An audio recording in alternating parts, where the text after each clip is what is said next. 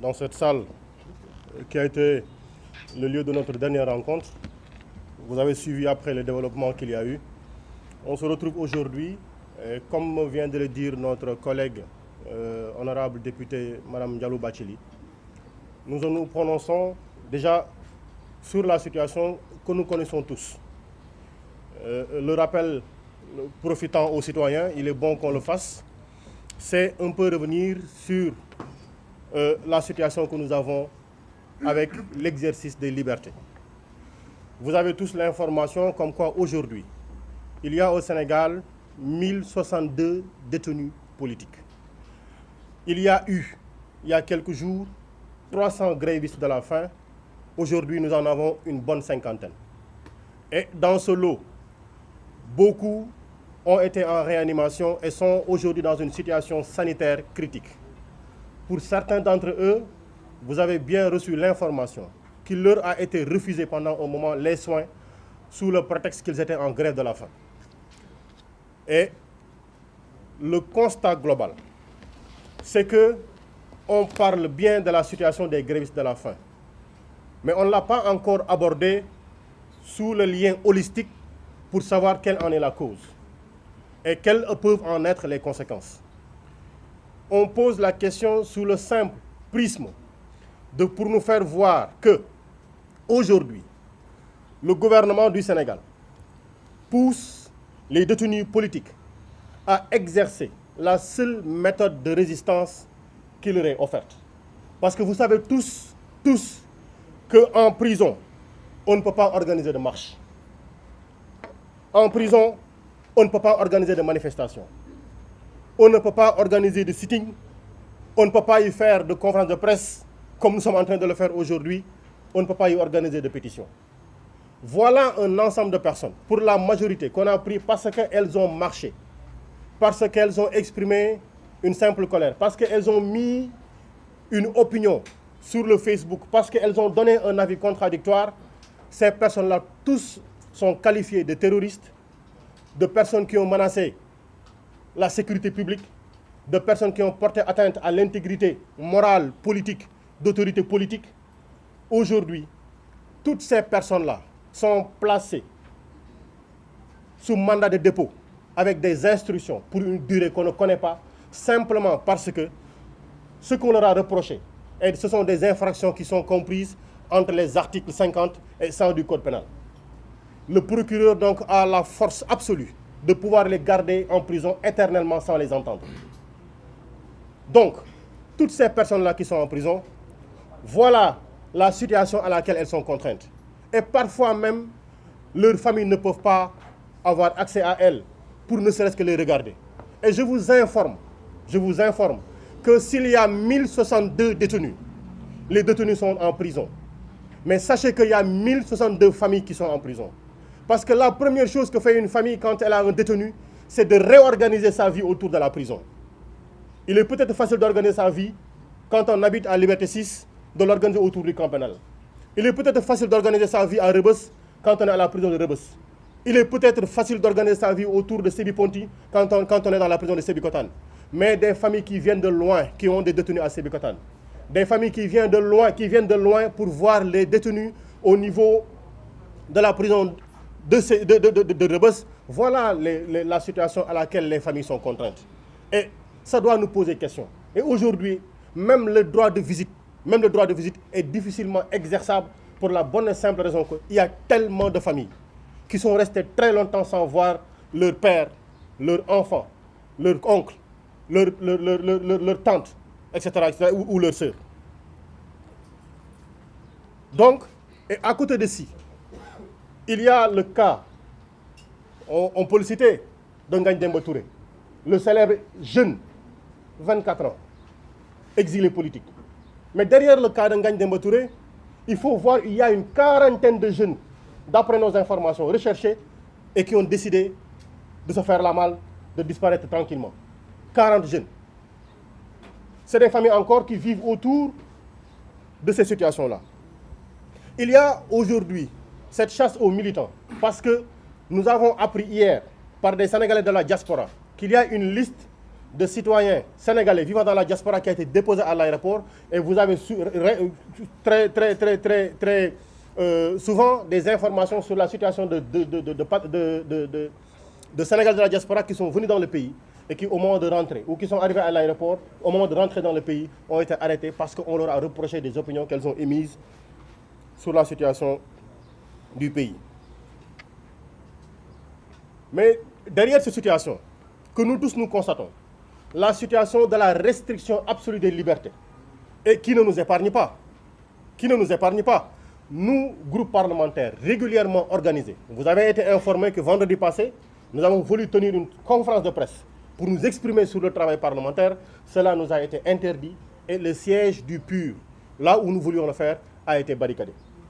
Aujourd'hui, nous nous retrouvons au siège du PRP, le fameux siège toujours barricadé. D'ailleurs, la gendarmerie doit commencer à payer le loyer parce qu'ils barricadent le siège pendant de très longs jours. Donc ils doivent participer au paiement de la location parce que c'est eux qui bénéficient du siège. Mais ce qu'il y a lieu de dire aujourd'hui, c'est que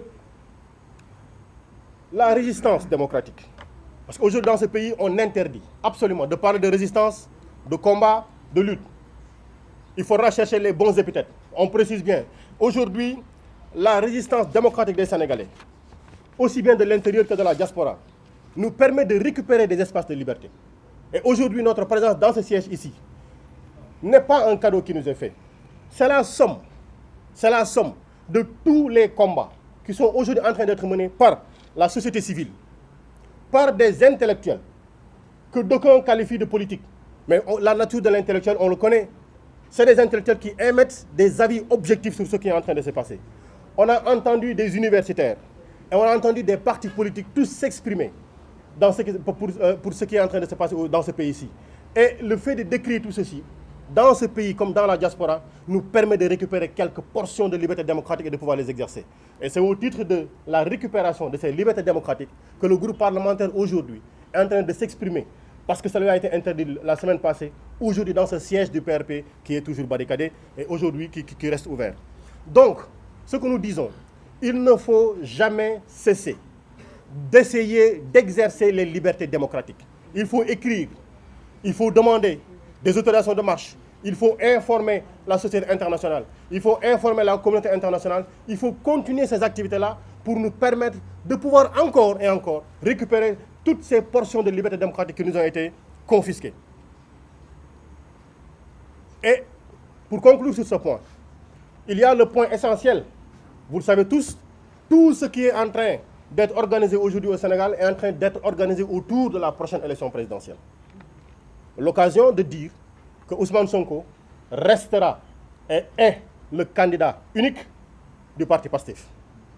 On va dire l'ex-parti PASTEF, je dis bien Ousmane Sonko reste et restera le candidat unique du parti PASTEF et de la coalition qui s'organisera autour de ceci. Mais il est important que l'on sache que pour y aller, nous avons besoin de poser la question de l'accès, d'un accès transparent et uniforme au fichier électoral. Nous avons besoin que la question de la transparence du vote, avec la désignation d'une autorité impartiale, soit définitivement réglée. Parce qu'aujourd'hui, nous allons le dire, le ministre de l'Intérieur ne peut pas, de manière impartiale, être celui qui organise la prochaine élection présidentielle. Voilà pourquoi nous disons qu'il nous faut une autorité impartiale pour nous permettre d'avoir des élections transparentes dans ce pays-ci. Et cela nous permet d'embrayer sur le deuxième point présenté par notre sœur, honorable député Ndiallo Bathily, c'est la question de la situation des Sénégalais. Nous avons été hier à Fass Boye pour présenter les condoléances. Le constat absolu que nous n'avons pas manqué de présenter sur place, c'est que des jeunes ont pris la mer pour aller chercher un meilleur vivre, pour abandonner un pays, le pays sinon le plus riche de la planète, avec toutes les ressources. Aujourd'hui, vous regardez ce qui se passe en Arabie Saoudite, c'est simplement parce qu'ils ont du pétrole. Alors tout ce que nous avons comme ressources, avec tout ce que nous avons comme ressources, des milliers de jeunes reprennent la mer. Il faut se poser des questions. Et la question simple, ou plutôt la conclusion simple qu'il faudrait en tirer, c'est que quand les ressources sont exploitées ici, de manière juste et également, dont les bénéfices sont également répartis pour tout le peuple, nous avons une jeunesse qui comprend que ce pays-ci est une terre de trésors. Mais quand les ressources sortent du pays, sans qu'on leur ait la possibilité de poser des avis sur l'égale distribution des bénéfices pour ces ressources-là, il faut comprendre que les jeunes ne font que suivre leurs ressources. Et on pourrait en donner des exemples, mais sachez-le, ce qui s'est passé à Fass Boye est une question de responsabilité de l'État. Et nous demandons sur ça la libération de tous les jeunes qui ont été arrêtés parce que ces jeunes-là ont voulu demander à l'État de sortir et de s'exprimer sur la situation des jeunes disparus. Et demander à la suite de ceci la libération de la totalité des détenus politiques au Sénégal. Et quand je parle de détenus politiques, le plus célèbre, le plus connu aujourd'hui, est bien le président Ousmane Sonko. À côté de cette situation, il y a la situation de l'exercice des libertés. Il y a la situation de la cherté du coût de la vie. Guy Marius Sagna a eu une formule bien indiquée de sortir avec 2 oignons. Je lui avais demandé d'en ramener, peut-être qu'il a oublié ou qu'il n'y a plus d'oignons chez lui.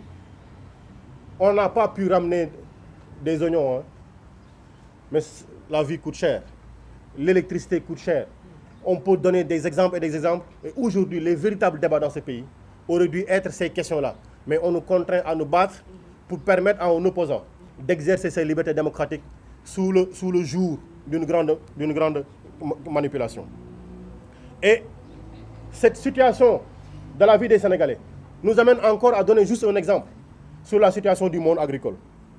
Est-ce que vous savez qu'aujourd'hui, pour la population rurale, on leur donne 2 kg d'engrais par personne imposable. 2 kg d'engrais. Ça veut dire quoi? Ça veut dire que pour qu'une famille puisse avoir 50 kg d'engrais, il faut que la famille soit composée de 25 personnes imposables. Et sachez que si un hectare, pour un hectare, il faut 150